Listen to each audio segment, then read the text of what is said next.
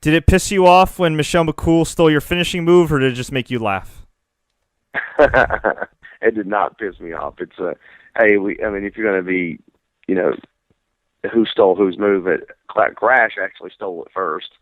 And then everybody forgot about it being in WWE, and then Michelle got it. It doesn't bother me at all. It's a move that I came up with, and the fact that they think it was cool enough to do on TV is good enough for me. What are your thoughts on Daniel Bryan's rapid rise to the top? I think it's great. I think he's one of the better wrestlers in the business today, and he deserves every accolade that he gets, every title.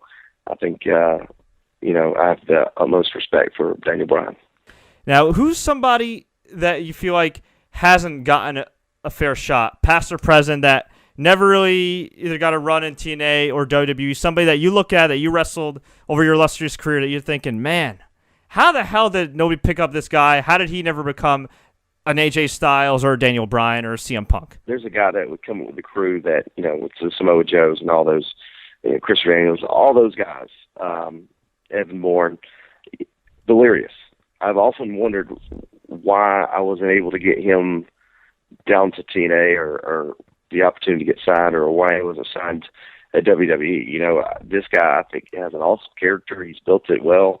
He knows exactly who it is. I would love to have this guy, and I know that this might not be the guy that everybody's thinking of, but it's a guy that's always entertained me. And so I think that he's able to do that on any level. He should be signed somewhere doing Delirious. And you've had a wonderful career over this last decade or so, particularly in TNA. A lot of people don't realize that you were actually there in WCW in the dying days. A little-known tag team called Air Raid with Air Paris made a few WCW appearances. Were you there at the end? I was. I mean, I wasn't there at the end show. I wasn't there for that, but I did wrestle at the end. I have a grand total of probably about 5 matches under contract with WCW, and I didn't know what was going on. All I knew was that I was wrestling for WCW, and I was happy. But I did see a lot of guys taking pictures with the crew and stuff like that, and so I kind of knew something was up. Like, this may be the last WCW that I'll be on, and it was. Yeah, it was about a year and a half before TNA started, and of course you became the face of TNA for years to come. When WCW died, and you couldn't come to terms with WWE, and then you saw what they did with WCW, which was really not much, was a young guy like you deflated at all because of the fact that all of a sudden ECW's gone? WCW, where you think you're finally going to get your big break after all your hard work, is gone. Japan wasn't the same. What was your mindset at the time prior to TNA forming? Well, I was gonna make a life out of wrestling for me. I was gonna find a way to make this my job. And if it was going to Japan for a couple of years and perfecting my craft, and that's what I was gonna do. Nobody could tell me any different that I was gonna, make it in professional wrestling. So I was gonna find a way to make it. And it sucks that ECW and WCW were gone, but if you want to wrestle, you got to get out there and bust your butt and make a living, and sacrifice a lot. And I was willing to do that, but luckily, TNA started up. All right, you already mentioned that you would have gone into MMA if it was as popular as it is now back when you first started pro wrestling. But if you didn't have MMA, what would you have gone into? Other than wrestling, it's hard to say, man.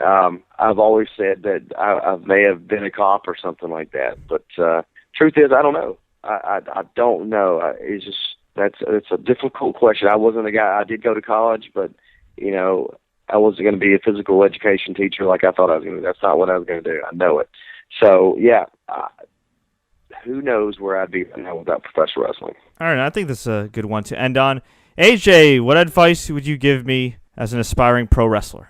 Be a sponge. It's all about experience, and I know that you're going to have to travel 4 hours for probably not even enough gas money, but it's all about experience. You're going to have to do that. Everybody who's done it can tell you that they've become better wrestlers because they wrestled a guy that may have not been better than them, but they figured out how to react to the crowd, or how to have the crowd react to them. This is entertainment, and you got to get out there and you got to figure out what works for you and what works for the fans, and learn from everybody you ever get in the ring with.